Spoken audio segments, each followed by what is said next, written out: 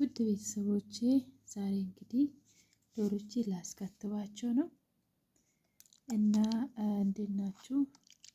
ሰላም ናችሁ? ሰላማችሁ ይብዛልኝ አላችሁ። ለዚህ ቻናል አዲስ የሆናችሁ ሰብስክራይብ፣ ላይክ እያደረጋችሁ አበረታቱኝ። እንግዲህ ዛሬ ዶክተር ይመጣል።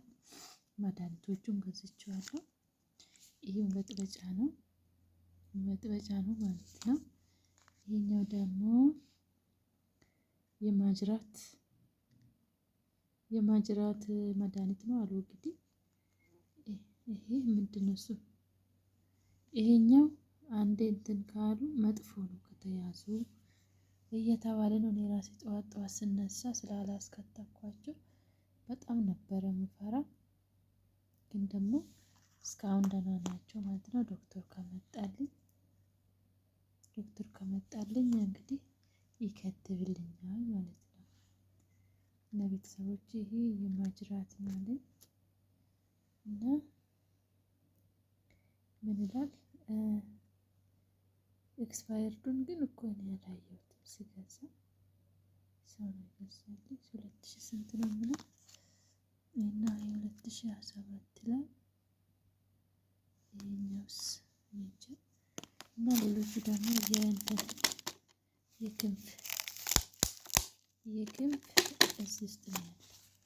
እንደው ላውጣ በረዶ ውስጥ ነው ያለው። እንዴት እንደሚወጣ አላውቅም። እና ይሄም 3 ፍሬ መሰለኝ። እና ይሄ የክንፍ ነው አይደል? በመርፌ ነው የሚሰጣቸው። ዶክተሩ ሲመጣ እንግዲህ ከተባቸው ማለት ነው። እስኪ እንዴት ላወጣ ታዲያ?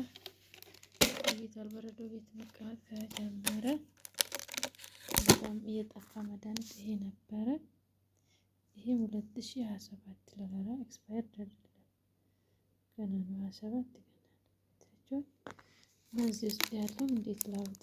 ሲስተም አለ እና ቤተሰቦቼ ፈጣሪ እንግዲህ የዶሮ ያላችሁ ፈጣሪ ከበሽታ ከመከራ ያድናችሁ ማለት ነው። መከራ ነው ዶሮ በአንድ በትንሹ ነገር ከተያዘች መከራ ነው። አሁን ትናንትና በርሜል ውስጥ በርሜል ውስጥ ውሃ አለ። እኔ ደግሞ ረስቼ በርኩን ከፍቼ ማለት ነው ስመለስ ዶሮ ያ በርሜል ውስጥ ወድቃ አገኘዋት። በስንት መከራ እንደገና እንጨት አቀጣጥዬ በስንት መከራ ነው የዳነችልኝ ማለት ነው። ስለዚህ የዶሮ ነገር ጣጣ ስለሆነ ዶሮ የሚሰሩ ሰዎች ጥንቃቄ አድርጉ ማለት ፈልጌ ነው። ክትባትም ሆነ ቪታሚንም ሆነ ስጡ ማለት ነው። እና እንደዛ ነው ቤተሰቦቼ። ሲከትብ እንግዲህ ቪዲዮ ከተመቸኝ ይቀዳለሁ፣ ካልተመቸኝም ደግሞ መድኃኒቱ ይሄ ነው ማለት ነው። ገበያ ላይ የጠፋ መድኃኒት ይሄ ነው የማጅራት የሚሉት። ይሄንን ጠፍቷል ማለት ነው። የክንፉ እንኳን አለ እና ይሄ ካልተከተቡ ከባድ ነው እያሉ ነው። እና ዶክተሩን እየጠበቅኩ ነው ቤተሰቦቼ።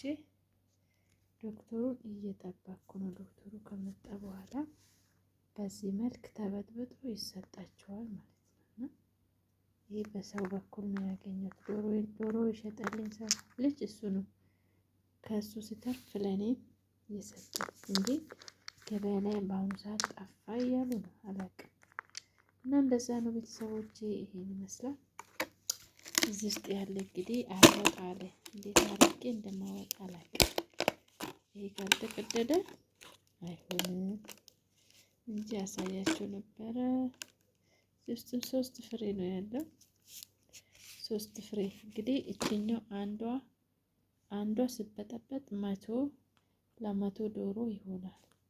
የኔ አሁን ይተርፋል ማለት ነው። ይሄ ለ2 ከሆነ ለ20 ዶሮ ደግሞ ይሄ ሁሉ ስለማይሆን ለ80 ዶሮ መሸጥ እችላለሁ ማለት ነው። እና እቺኛው አሁን ትርፍ ናት እና 300 ወይንም 200 መግዛቱ የተሻለ ብዬ አስባለሁ። ይሄ ለመድኃኒቱ ስለምናነሳው ማለት ነው። እና እኔ አሁን ገዛው፣ ግን ይሄ ሁሉ ስለማልጠቀም መጣሌ ነው። ለሌላ ጊዜ ስለማይሆን ይጣላል ማለት ነው። ክሳራ ነው። እና ዶሮ ስትገዙ ወይ 200 ወይ 300 ወይ 400 ቢሆን ጥሩ ነው።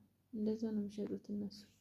እቺ አንዷን ፍሬ ለመቶ መበጥበጫ እንኳን ይበቃል ለሁለቱም ብዬ አስባለሁ።